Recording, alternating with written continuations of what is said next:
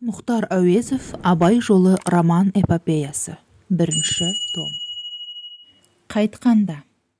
3 күндік жолдың бүгінгі соңғы күніне бала шәкірт барын салды. Қорықтан күн шыға атқа мінейік деп асыққанды. Бұны қаладан алып қайтқалы барған ағайыны Байтасты да таң атар атпаста өзі оятып тұрғызып еді. Күн ұзын аттан да түспей, өзге жүргіншілерден оқ бойы алда отырған, кейде өзіне таныс көк үйірім мен бура тиген, тақыр бұлақ сияқты қоныс құдықтардың тұс-тұсына келгенде бала оқшау шығып, астындағы жарау құла бестісін ағызып да алады. Арттағылар Байтас пен Жорға Жұмабай, мына баланың ауылға сығуын-ай, сорлы бала қыстай іш құса болып қалған-ау, деседі. Бала шәкірт ұзап кеткенде бұлар да еріксіз желе шоқырақтап шауып отырып қуып жетеді. Жорға Жұмабайдың тақымында қара шоқпары бар. Байтастың да аяғының басына ілген ұзын қайың сойылы барды. Тақырбұлақ тұсына келгенде Байтастар баланы жеке шабудан тежеп, енді бізден ұзап кетпе, анау Есенбайдың жырасын білесің ғой, ұры жатады, деді. Сенімен бізді манадан көріп отыр. Қоқырақтап жалғыз шабатын немекен түсіріп атын әпкел өзінің дейді де, сені төбеден бір-ақ нұқып, мына бәйге бестіңді алады да кете барады, деді Жұмабайда. Сендерше, сендер беріп жібересіңдер ме? Ойбай, бізде не қауқар бар? Біз екеу-ақ. Олар самсаған сары қол. Бұл Есенбайда ұдайы жау жатады. Тек бізді өзіміздің елдің адамы деп аман қалдырмаса, жер жаман, деп Жұмабай шошта сөйлегісі келді. Баланың қытығына тиетіні осы жері. Әйтеуір сендерден дәрмен жоқ екен, ендеше бірге жүрдім не, жеке жүрдім не, ал кеттім, деп соқырта жөнелді. Бұл тақыр бұлақтан өте бергенде бастаған еді. Содан жаңағы қауіпті деген Есенбайға жеткенше артына бірде-бір қараған жоқ. Көз ұшына кетіп ұзап алып, ылғи жапа жалғыз шауып отырған. Жолдың бұл тұстары ылғи белес-белес болатын. Осы қазіргідей боп жұрт Шыңғысқа, жайлауға қарай көшкенде елсіз боп қалатын жер. Алыстан жолды бағып отыратын тұрғылары бар. Тақ иек артпадан, өкпе тұстан жүргіншіге жауды қоян қолтық, құшақтастыра түсіретін ұры сай, жасырын жыралары да бар. Бұдан бұрынғы 2 күндік жолда үлкендер жылдам жүрмей, баланың шыдамын әбден тауысқанды. Ол сондықтан бүгін ауылға жететін күні үлкендерді еріксіз қатты жүргізудің айласын тапқанына дән ырза. Күні бойы осылай етуге байлаған. Бала деген қорқар болар еді, ес бар ма өзінде пәруәдәгір, деп Байтас бабын таба алмай басын шайқады. Жұмабай әбден болмаған соң, қап мынаның баласы. Мен бөрінің бөлтірігімін деп келеді-ау, қой, неде болса қалмайық енді, Байтас, жүр, деп шаба жөнелді. Екеуі де жарыса бастады. Байтастың мінгені Құнанбайдың қара жал буырыл аты, дәмелі бәйге аттың бірі еді.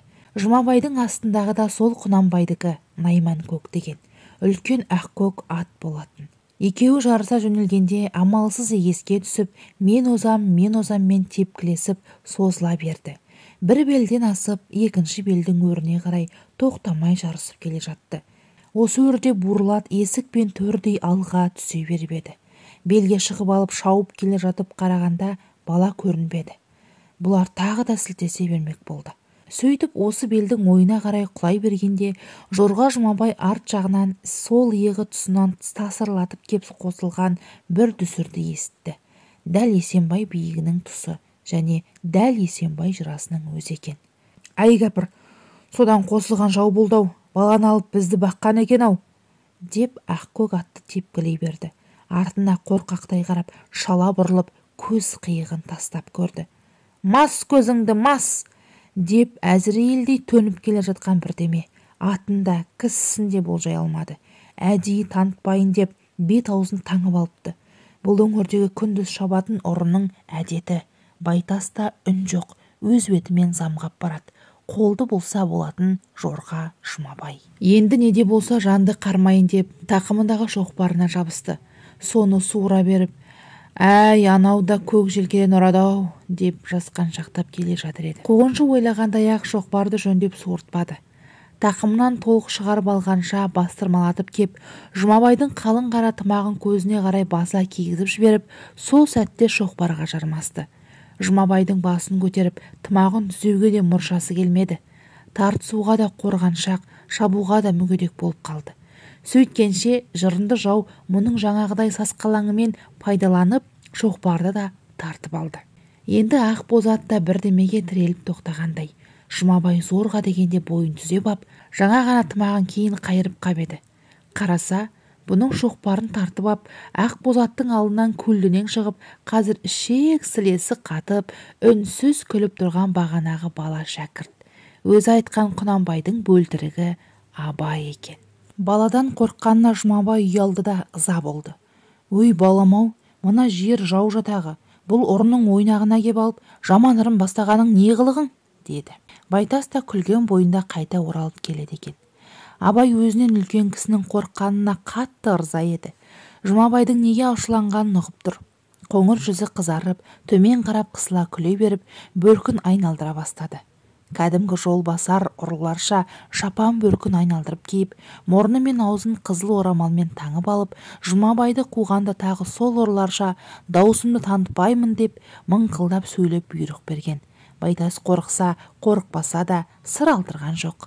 Сондықтан Жұмабайдың ашуын алыстан танып, мәз болып күліп келе жатып, құла бесінің төбелінде жоқ қыпты, қарай көр өзін, деді. Жұмабай да жаңа байқады. Бала бесінің төбелін саз балшықпен баттастырып тұрып сылап қойыпты. Жұмабай кісілікті кісі. О да күлкі бола бергісі келмейді. Енді бұ да уақиғаны ойынға айналдырғысы кеп мысқылдап: «Өй, ұқсамасаң тумағыр. Ұры тобықты деп керей уақ зарға қат. Қаршадай баласына шейін ұры болдың жөнін жетіп біліп тұр. Зар қақпай қайтсын керей уақ», деп өзі де күлді.